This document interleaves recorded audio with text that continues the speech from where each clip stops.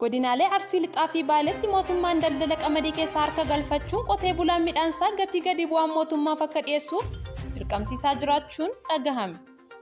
Duraan qamadiin kuntaala tokko hanga birrii 4,500tti gurguranna kan jedhan qotee bulaan kunniin murtoo mootummaa kanaan qamadii kuntaala tokko birrii 3,200 mootummaaf dhiyeessuuf dirqamneera. Adeemsi mootummaa kun kasaaraaf kan nu saaxiluudha jedhu. Mootummaan qamadii bifa kanaan qonnaan bulaarraa walitti qabaa jiru gabaa biyya alaa dhiyeessuuf karoora qabaachuutu himama. Godinaalee oomisha qamadii olaanaan beekaman kanneenitti yeroo ammaa mootummaan gama yuuniyeeniiwwan waldaalee hojii gamtaatiin qamadii bitaa jiraachuu kan himan maddeen haalli bittaa qamadii mootummaan raawwatu gatii madaalawaa faayidaa hawaasa giddu galeessa hin godhannee fi humnaan dirqisiisuu irratti kan hundaa'edha jedhu jiraattonni. Godinaalee kanneenitti torban muraasaas qonnaan bulaas tahee daldalan qamadii duraan warshaalee fi bakkoota garaagaraatti fe'uun gurguratu midhaan isaa yuuniyeenii naannoo isaaniitti argamu qofaatti akka dhiyeessaniif labsiin dirqisiisuu darbee hojiirra oolaa jira. Kun ammoo miidhaa garaagaraaf nu saaxilaa jira jedhu. Keessumaa gatiin yuuniyeeniin ittiin bitaa jiru kan duraan ittiin gurguran irraa gadi bu'uun kasaaraa isaan saaxiluuf jiraattonni himatu. Gatiin qonnaan bulaa fi daldalaan qamadii isaa akka ittiin gurguruuf dirqamsiisaa jiru kun kasaaraa jabaaf kan nu saaxiluudha jechuun komatu qonnaan bultoonnii fi daldaltoonni kunniin. Mootummaan gatii qamadii gadi buusee dirqiin bituun alattis qonnaan bulaanis ta'ee daldalaan midhaan isaa akka hin kuufanneef dirqisiisaa jiraachuu himu maddeen.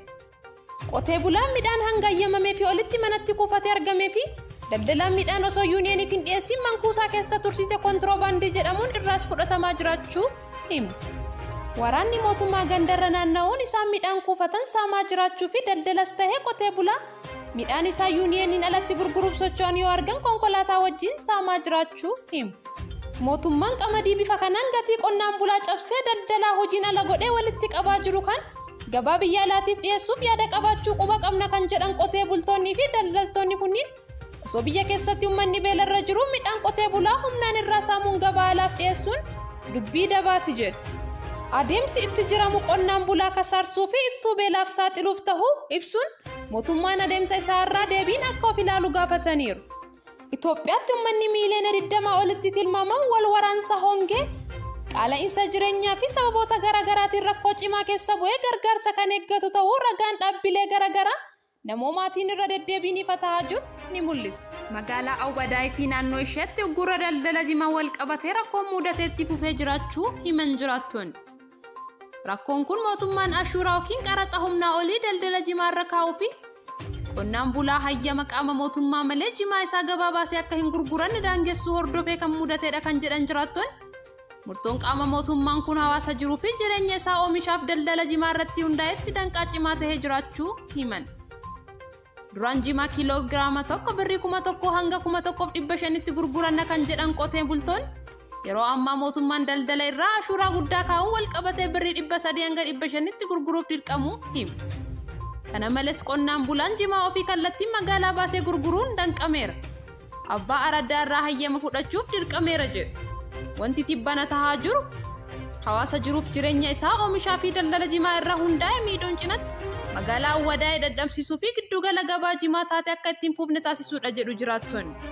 Haala mudateen daldaltoonni hedduun magaalattii gadi lakkisanii bahuuf dirqamaa jiraachuu himu.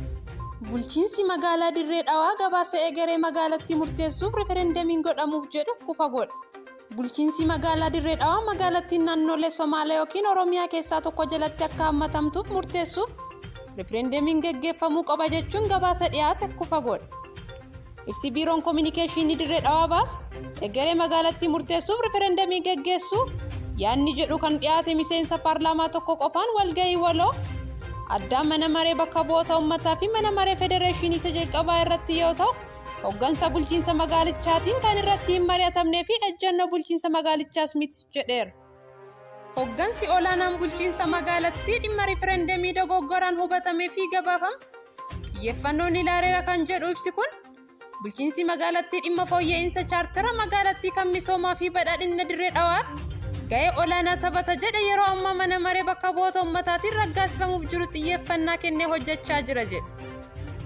Chaartariin Dirree Dhawaan ittiin bulaa turte faayidaa mataa isaa qabaatus waggoota 12 oliif rakkoolee misooma magaalichaa danqaa qaba jedha ibsi kun. Ibsichi jiraattonnii fi michoonni misooma magaalichaa dhugaa kan hubatan guddina magaalichaaf yeroo kamuu caalaa gumaacha gochuu akka itti fufan waamicha dhiyeesseera. Muummee Ministeera Abiy Maammoo ምህረtuu fi Alamuu Simee dabalatee aangawoota olaanoo muudan. Ministeerri Muummee Abiy Ahmed obbo Maammoo ምህረtuu bulchaa baankii biyyaalessaa gochuun muudan.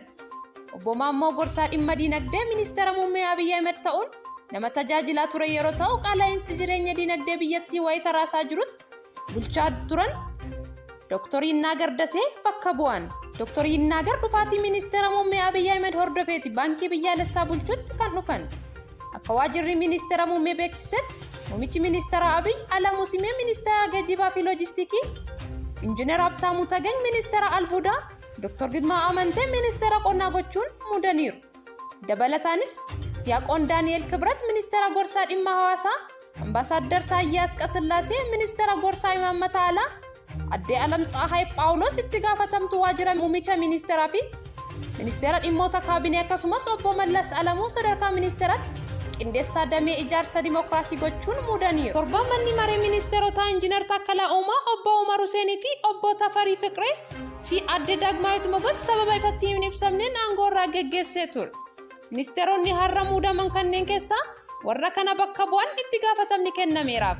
Aangaa'onni olaanoon federaalaa torban darbe aangoo irraa geggeeffaman keessaa kunniin fuulduratti hireen isaanii maal akka ta'u yookiin eessa akka geeffaman hanga ammaatti wanti ibsamee hin jiru.